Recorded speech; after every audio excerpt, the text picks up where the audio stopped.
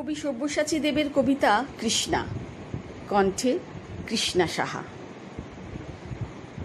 আমার কোনো শোক নেই, আমার কোনো বিষাদ নেই। হে কুরুবৃদ্ধগণ, আপনাদের নীরবতায় আমার কোনো ক্ষোভ নেই। পিতামহ ভীষ্ম, ক্ষমা করবেন, আপনাকে প্রণতি জানাবার স্থিরতা আজ নেই। আর কর্ণ, তোমার জন্য ঘৃণাও বড় বেশি মনে হয়। আর হে আমার পঞ্চস্বামী, আর্যাবর্ত বিজয়ী বীর ও শ্রেষ্ঠ অর্জুন, শক্তিমান ভীম, নকুল, সহদেব, আর আপনি ধর্মপুত্র, আপনারা আমার কৃতজ্ঞ অভিবাদন গ্রহণ করুন।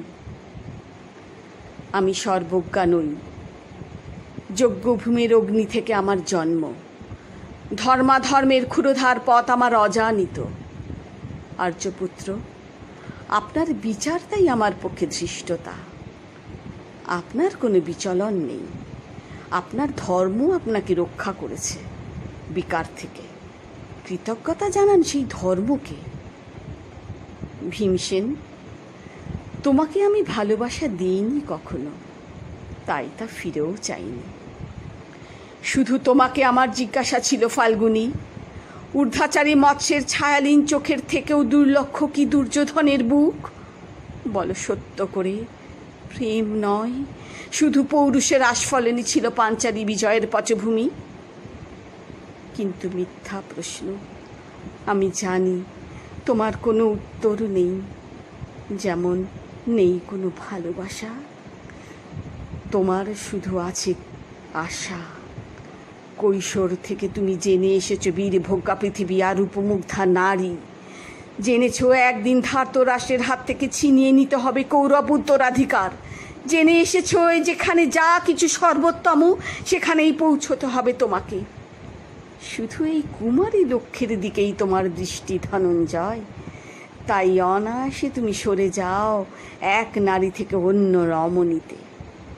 তোমার পূর্বপুরুষরা যেমন একদা এক তৃণপ্রান্তরকে নিঃশেষ করে চলে যেতেন বনান্তরে, এই দ্রুত সভায় দাঁড়িয়ে আমাকে জানতে হলো নারী শুধু কয়েক প্রহরের বিলাস সঙ্গিনী। মণিময় হার, শত সহস্র তরুণী, দাসী, দান্ত, মাতঙ্গ, গন্ধর্ব প্রেরিত অশ্বযূথ, আর আমি পাণ্ডুপুত্রবধূ। একই পংক্তিতে দাঁড়িয়ে আমরা সবাই অপেক্ষায়। পিতৃগৃহে যেমন দেখেছিলাম আহরিণীরা দূর গ্রাম থেকে নিয়ে আসে তাদের পসরা, আর তার উপর ঝুঁকে পড়ে লুব্ধ ক্রেতার দল।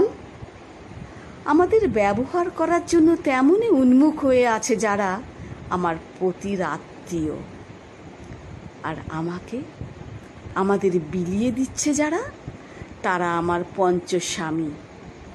বিবাহের মঙ্গলসূত্র হাতে বেঁধে যারা একদিন আমার উপর নিয়ম সিদ্ধ করেছিলেন তাদের অধিকার। না, শুধু এই রত্নমণ্ডিত সভাগৃহেই নয়, আরও আগে আমাকে জানতে হয়েছিল আমার কোনো বাসনা নেই, নেই কোনো নিজস্ব ইচ্ছা। অর্জুন, প্রথম দেখার মুহূর্তে আমার হৃদয় দিয়েছিলাম তোমাকে, অথচ আমার শরীরকে প্রথম আলিঙ্গন করলেন ওই মহাভাগ যার খ্যাতি ধর্মপুত্র বলে। ইন্দ্রপ্রস্তর সৌধ শিখরে যখন আছড়ে পড়ত নববর্ষার জলধারা, যখন আমার কামনা ছুতে চাইতো তোমাকে, আমার অনুৎসুক দেহকে তখন আকর্ষণ করতো অন্য কেউ, যে আমার স্বামী। বসন্ত রজনীতে কিংসুকের প্রমত্ত উল্লাসে তোমার ব্যাকুল বাহু টেনে নিত আমাকে নয়, অন্য কোনো যুবতীকে। বারে বারে আমাকে সন্তানবতী করেছে পুরুষ, কিন্তু তারা প্রত্যেকেই আমার আকাঙ্ক্ষিত নয়। কোনো প্রার্থনা নেই আমার। কুরুবৃদ্ধরা বিলাপ করুন, জ্যেষ্ঠ পাণ্ডব প্রহর গুনুন, কোনো পুণ্য লগ্নে ধর্মরাজ্য নেমে আসবে মাটিতে। ভীম, অনুগ্রহ করে স্তব্ধ হও। নকুল, সহদেব, বিচ্যুত হও না অগ্রজের প্রতি অটল বিশ্বাসে। আর অর্জুন, অন্তঃপুরে যাও, সেখানে তোমার জন্য স্নিগ্ধ শরীর সাজিয়ে রেখেছে তোমার কোনো প্রেয়সী।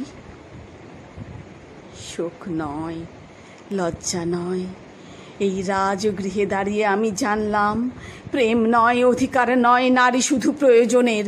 জানলাম এখানে কোনো ভেদ নেই। ধর্মপ্রাণ যুধিষ্ঠির, শক্তিমান ভীম, প্রেমিক অর্জুন আর লোলুপ ধৃতরাষ্ট্র নন্দনদের মধ্যে। প্রতিকার চাইছি না, যা শুধু বিলাসের, সেই বস্ত্র ছিনিয়ে নেয় যদি কোনো দুঃশাসন নিক। আমি কাঁদছি না, চারপাশে ভাসানের ডিঙায় পশুদের উদ্দাম নাচের ভঙ্গি আমি দেখছি না, চারপাশের ক্লিবদের অক্ষম বিলাপ আমি শুনছি না। ধনুর্বাণ নেই, আমি ফিরিয়ে আনছি আমার জন্মের স্মৃতি, যজ্ঞের আগুন। দ্রৌপদী নই, নই পাঞ্চালী, নই ভরত কুলবধূ, আমি কৃষ্ণা, যজ্ঞাগ্নি সম্ভূতা, শুধু নারী এক। নমস্কার।